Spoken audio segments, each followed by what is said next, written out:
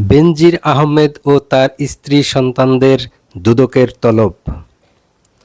পুলিশের সাবেক মহাপরিদর্শক আইজিপি বেনজির আহমেদ এবং তার স্ত্রী ও ৩ মেয়েকে জিজ্ঞাসাবাদের জন্য তলব করেছে দুর্নীতি দমন কমিশন দুদক।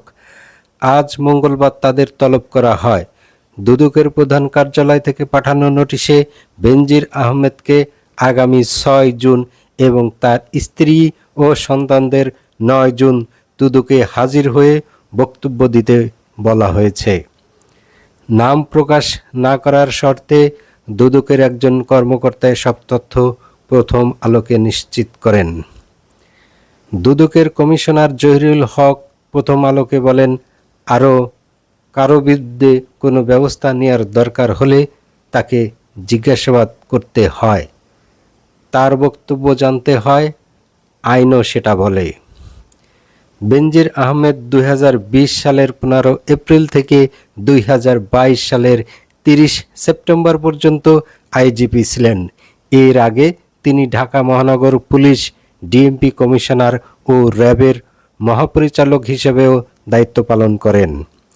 মানবাধিকার লঙ্ঘনের অভিযোগে 2021 সালের ডিসেম্বরে র্যাব এবং র্যাবের সাবেক ও বর্তমান যে 7 কর্মকর্তার উপর যুক্তরাষ্ট্র নিষেধাজ্ঞা দেয় তাদের মধ্যে বেনজির আহমেদের নামও ছিল। তখন তিনি ছিলেন আইজিপির দায়িত্বে। দুদক বলেছে, বেনজির আহমেদ ও তার পরিবারের সদস্যরা দুর্নীতি ও ক্ষমতার অপব্যবহারের মাধ্যমে বিপুল জমি ও কোম্পানির শেয়ারের মালিকানা অর্জন করেছেন।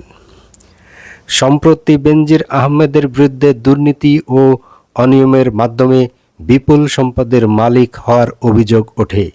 এরপর তার জ্ঞাত আয় বহির্ভূত সম্পদ অনুসন্ধানে কমিটি করে দুদক।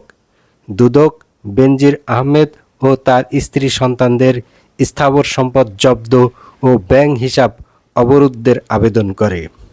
সেই আবেদনের পরিপ্রেক্ষিতে ঢাকার আদালত গত বৃহস্পতিবার বেনজির আহমেদ, তার স্ত্রী, 3 মেয়ে ও 1 স্বজনের নামে থাকা 345 বিঘা 114 একর জমি ক্রোক বা জব্দের আদেশ দেন।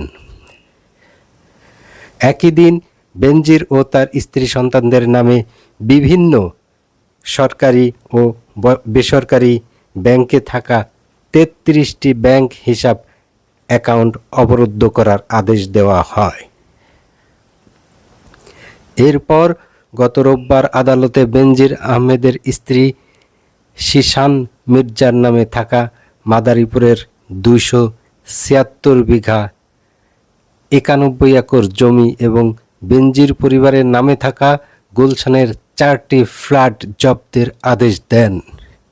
একই দিন বেনজির ও তার স্ত্রী সন্তানদের নামে থাকা 19টি প্রতিষ্ঠানের শেয়ার ও 3টি বিও হিসাব শেয়ার ব্যবসা করার বেনিফিশিয়ারি অনার্স অ্যাকাউন্ট এবং 30 লাখ টাকার সঞ্চয়পত্র অবরুদ্ধ করার আদেশ দেওয়া হয়।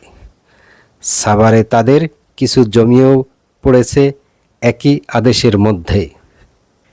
গতকাল সোমবার থেকে বেনজির আহমেদ ও তার স্ত্রী সন্তানদের স্থাবর সম্পদ জব্দ ও ব্যাংক হিসাব অবরুদ্ধ করার আদেশ কার্যকর করা হয়েছে।